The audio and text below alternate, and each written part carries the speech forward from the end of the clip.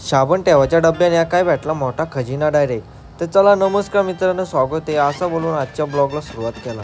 मोठा ब्लॉग बनवत होतो पण जिथं गेलो ज्या ठिकाणी तिथं मोठा ब्लॉग बनवायची इच्छा अजिबात राहिली, म्हणून मोठा ब्लॉग न बनवता बारका ब्लॉगच बनवायचं ठरलं.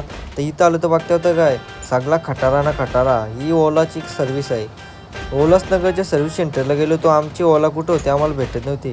घुसलो आतमध्ये बघता होतं काय तिला साप उघडी गेलती, तिच्यामध्ये काही दिसत. ओलाची अशी अवस्था बघून आम्ही गेलो अंबरनाथच्या मंदिरानंतर काही मौसम मस्त होता ना, तापलेल पण जरा पायऱ्या म्हणून लाईनीला लागलो ना. मंदिरात जाता दिसतात का आपल्याला.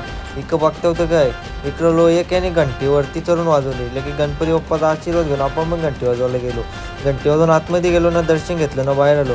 बाहेर थोडासा फोटोशूट चालू होता पण यांचा काही वेगळाच होता. तिकडं आतमध्ये काम चालू होतं म्हणून लाईन लांबच लांब झाली. इकडं बघता होतं का यावेळी स्नॅपचॅटनं व्हिडिओ काढायला बिलगले. तसंच इकडल्यानी नारा बांधला. तर कशासाठी नारा बांधले तुम्हाला 10 तारखेला समजलं. ती कसं लगेच आलो इकडं मॅकडॉला आलो का नाही, इकडं घेतला ऑबिट शेक पिऊन लगेच तसंच गेलो आरशाम फोटो काढायला. इथल्या लाईटी भारी असतं म्हणून फोटो चांगले येतात.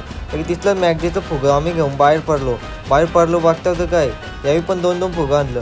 ते सगळं फुगं जमा करीत आम्ही गाडीजवळ पोहोचणार होतो. तेवढ्यानं दिसलं काय पोलिसांची चेकिंग चालू होती म्हणून फटाक बोलू आतमध्ये बसा ना चला. लगेच तसंच रस्त्याला येताना इथं काही खाल्लं नाही असं होणार नाही. लगेच दहीपुरी खाल्ली नाही. इकडं बघता होतं इकडं स्नॅप करताना तुम्ही लाईक करा ना, फॉलो करा. तसंच येता बघता होतं काय गंधारीवर पाणी कमी झालं. त्या गंधारीचं पाणी कमी झालं मग तसं झालं कामावर. आज काम कमी असेल या खुशीमध्ये फटाफट चालत गेलो ना. बोलता काम झालं नाही. या गवताच्या रस्त्यातले आम्ही गाडीवर आलो बसून घरी आलो ना. बघता होतं काय ते पेटी तुम्हाला दाखवायचं आहे ते आठवलं म्हणून इकडं बघता होतं काय पेटी नव्हता मोठा खजिना. ही होती साबणाची पेटी, पण पेटी काय लपवले भर पावसाळ्यात सेफ्टीसाठी त्याच्यामध्ये भरून ठेवल्या होत्या औषधा म्हणजे गोळ्या. त्या गोळ्या बघून मी लगेच मला लागला घरी चल नाही तर पाण्यानं बुचकलेन. तर चला बाय बाय.